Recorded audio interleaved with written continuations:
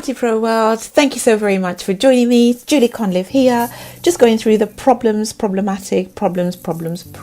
series. Problems that we face in businesses, problems that we face particularly in property investment businesses. So as most of us know, any business venture that you choose to get into, you're going to face challenges, you're going to face problems. So because we're real, we talk about the advantages of property investment, we talk about how property investment could actually change your life for the good, but we also talk about the bad dark side, which nobody else wants to talk about. But we're here to be real. So we're here to enlighten you on the problems, the challenges that you could face, and also to proffer the possible solutions to help you out. Now, the best way to escape from your problem is to solve it. Awesome. So we are going to provide you with potential solutions to help solve the problems that you'll encounter in your property investment business. When problems arise, most of us think, oh my goodness, I'm going to quit. For us, quitting is not an option. So problems to us are not stop signs. They are reroute, redirect, or regroup signs. So today we discuss a rent-to-rent. A rent-to-rent has become a very, very popular strategy in terms of property investment. It simply is a strategy where you take a property from a landlord for a period of perhaps between 2 to 3 years or even longer. You offer guaranteed rental and then you assume the responsibilities of a landlord. You're then entitled to let the property out on ASTs, on a short-term basis, or however you choose to. Rent-to-rent is commonly used for serviced accommodation properties. It's also used for other strategies which are not necessarily serviced accommodation. It could be just a short tenancy, and the tenant demographics vary dependent on one's chosen strategy. So what are the common problems that are faced by landlords or superior landlords, or indeed the intermediate landlords? The problems that I find commonly are use of the wrong agreement. So some people are still using an assured short-hold tenancy for a rent-to-rent deal. Well, that doesn't actually work, because an assured short-hold tenancy has got a strict legal definition, which doesn't fall within this particular category. You can only use an AST where you are actually living in the property. So using it where you're the middleman is wrong, and it will create a lot more issues later on. So ensure that you use the correct tenancy. You do want to use a common law tenancy, but what you don't want to do is to use a standard company let. Cannot do that. It has to be the correct one. It has to be tweaked appropriately. And do contact me if you need assistance with that.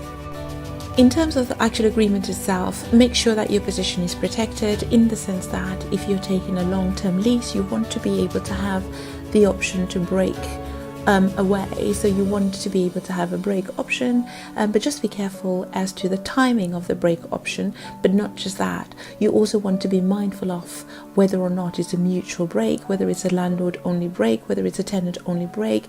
That's very important. One of my mentees took on a property for 24 months.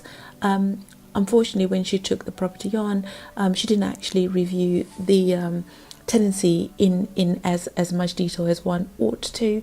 She did the property up to a very, very high standard, invested quite a lot of money in that property, and 6 months later the landlord basically exercised a break option, because there was a break option for the landlord to exercise. It was a landlord only break option, so you want to be able to avoid that at all costs. By ensuring that your tenancy agreement is drafted appropriately, or that it suits your specific requirements. So yeah, that's why I am here to help. My contact details are at the bottom of the screen. So guess what happened in that case? It was so much easier for the landlord to sell the property because it was more marketable, and the landlord just sold the property and left this poor lady home and dry. So do check and double check the documentation again. It is imperative that you do so, because you don't want to end up hemorrhaging money.